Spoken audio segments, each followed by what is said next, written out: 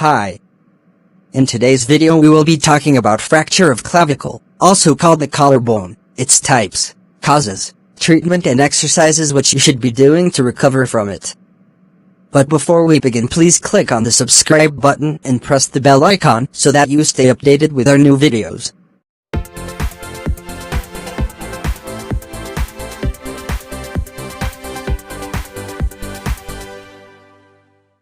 Let's begin with what are the various types of clavicle fractures. It can be classified into three groups. Group 1 is fracture at the center of the clavicle, which is the most common type of fracture and amounts to 80% of all the fractures at the clavicle. Group 2 is fracture at the medial or inner end of the clavicle, which is less common, and Group 3 is at the lateral, or outer end, which is rare. So what are the causes for clavicle fracture? Well, the most common cause is falling on an outstretched hand. It can also be due to a direct injury to the clavicle. To be honest, the fracture of the collarbone is quite easy to diagnose. The outer portion of the clavicle is pulled downwards by the weight of the arm, and the inner portion is pulled upwards by the pull of sternomastoid muscle. Now let's come to the treatment of the fracture.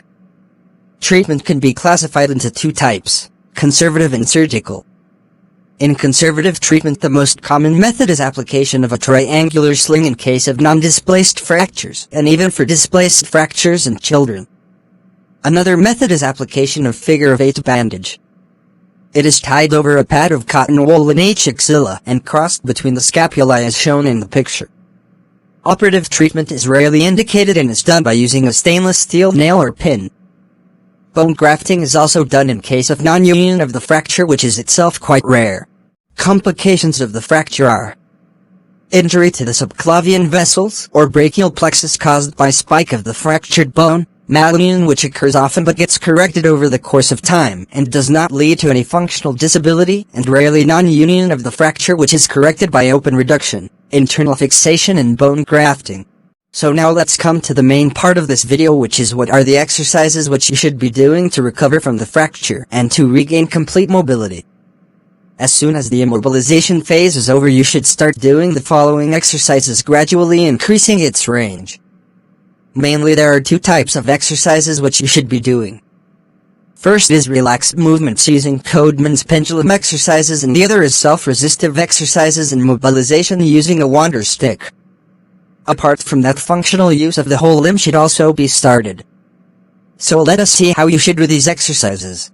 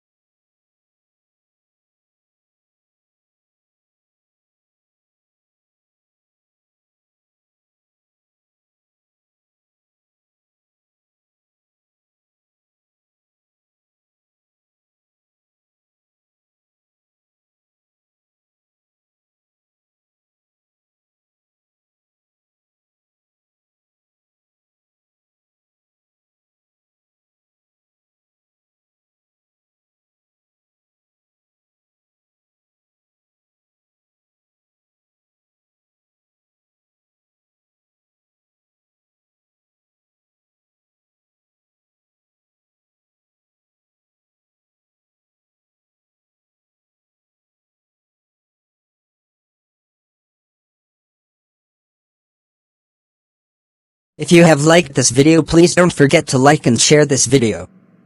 You can also follow us on Instagram and Facebook.